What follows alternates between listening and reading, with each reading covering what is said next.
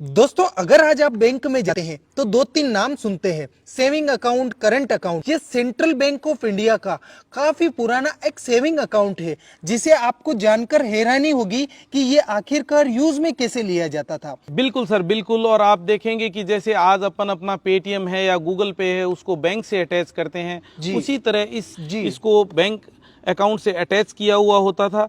तो मैंने इसका पता लगाने के लिए सेंट्रल बैंक के एक मेरे मित्र हैं संतोष जी, जो बैंक मैनेजर हैं सेंट्रल बैंक में, उनसे मैंने जानकारी ली कि ये क्या चीज़ है। तो उनके द्वारा ये जानकारी दी गई कि सेविंग बैंक अकाउंट की शुरुआत सेंट्रल बैंक के द्वारा की गई है और किस तरह से सेविंग बैंक अकाउंट को मेंटेन करना है, सेविंग शब्द को किस तरह से घर घर में पहुंचाना है, उसके लिए ये बॉक्स कस्टमर्स को घर पे रखने के लिए दिए गए थे। अभी आप देखेंगे कि इस पे सर पूरा नंबरिंग वगैरह पूरा दिया गया है, जिस तरह से कि आइडेंटिफाई किया जाए कि ये किस कस्टमर का है और कौन से अकाउंट से अटैच किया गया है इसको। ये कस्टमर के घर पे रहता था। ये चाबी है वो बैंक के पास रहती थी, घर में नहीं रहती थी।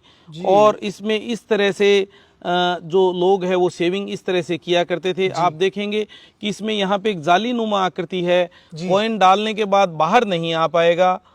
ये आप देखेंगे मैं कॉइन डाल रहा हूँ जी, ये थोड़ा प्रेस करना पड़ेगा इसको जी, और ये आपका कॉइन अंदर चला गया। ये घर पे ही रहता था, लेकिन फिर आज अपन कहते हैं होम सर्विस, बैंक की होम सर्विस है।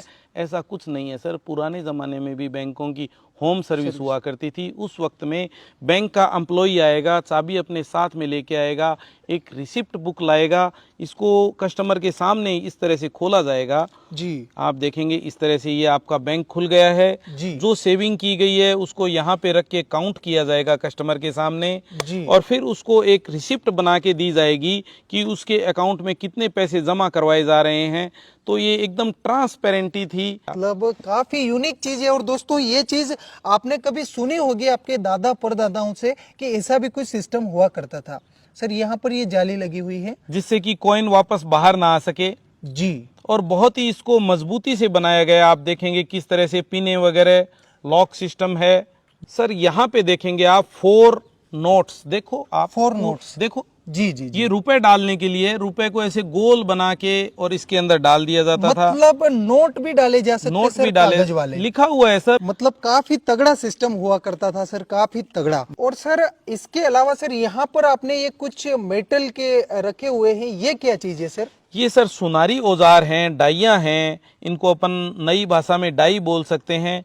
इन पे ज्वेलरी बनाई जाती थी। आप देखते हैं कि इस तरह की आकृति बच्चों के गलों में, या इस तरह की अंगूठी बनती थी सर, इस तरह की जी, मतलब इस आकृति की अंगूठी पहनी जाती थी। अच्छा, मतलब सर ये ज्वेलरी बनाने के सांचे हैं पुराने टाइम के? बिल्कुल सर, बिल्कुल बिल्कुल। ये कांसे के बने होते थे और इनके ऊपर चांदी या सोने को इस तरह से रख के ऊपर धातु से पीट पीट के, लोहे से पीट पीट के, हथौड़ी से, और बीच में शायद कुछ चमड़े का यूज या ट्यूब का यूज, चमड़े का यूज किया जाता था ताकि वो इस सांचे में सेट हो जाता था। वो आकृति पन्नी ग्राम का काम होता है उसमें से वो सिल्वर पन्नी बनाने का, कुछ उसी तरीके से होता बिल्कुल सर। ये आकृति उस धातु पे उभर आएगी और फिर उससे तरह तरह के ज्वेलरी बनाई जाती थी जी। गले में पहनने का, हाथ में पहनने का, अंगूठी जी। दोस्तों, आप यहाँ पर देख सकते हैं ये एक हार्ट का निशान है।